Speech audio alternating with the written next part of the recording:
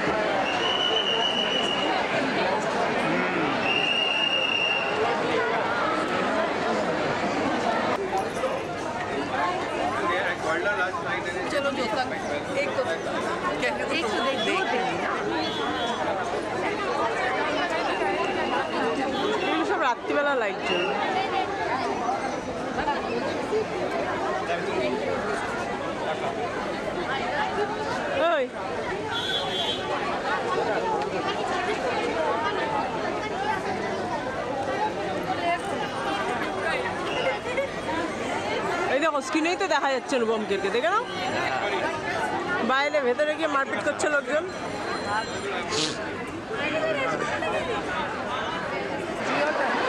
अच्छा, we need more help over here.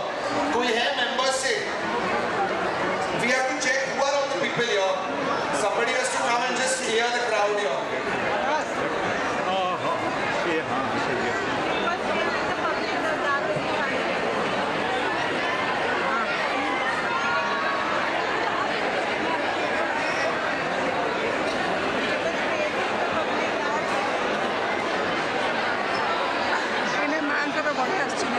आ सकते हैं लोग, लेकिन मैस हो रहा है स्टेज पे। ओके।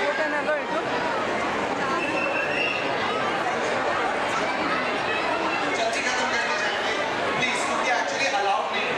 ओके, तो it's causing lot of problems for us और एक्चुअली माता की पूजा में आप प्रॉब्लम कर रहे हो।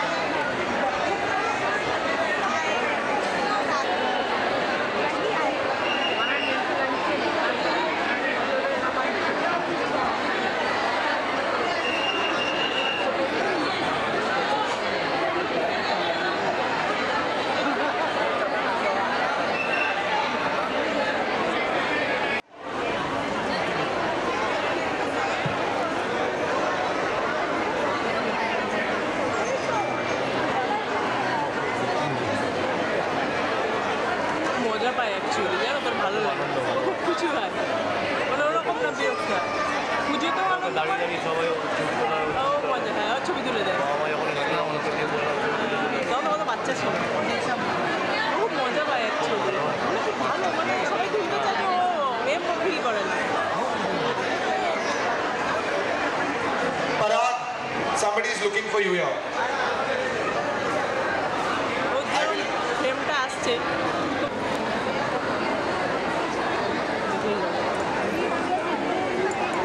ক্যামেরাগুলোর জন্য ওর অসুবিধা হচ্ছে।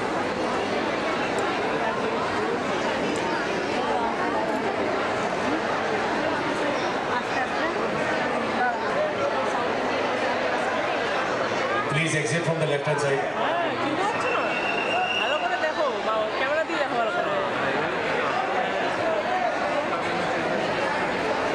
ভিলেনের রোল করে বউ আর মেয়ে। इनको पे जाने दो। हाँ। नेक्स्ट बैच को आने दे दर्शन के लिए, प्लीज हटिए, प्लीज। আরো জুম করলে নিয়েছিলাম না।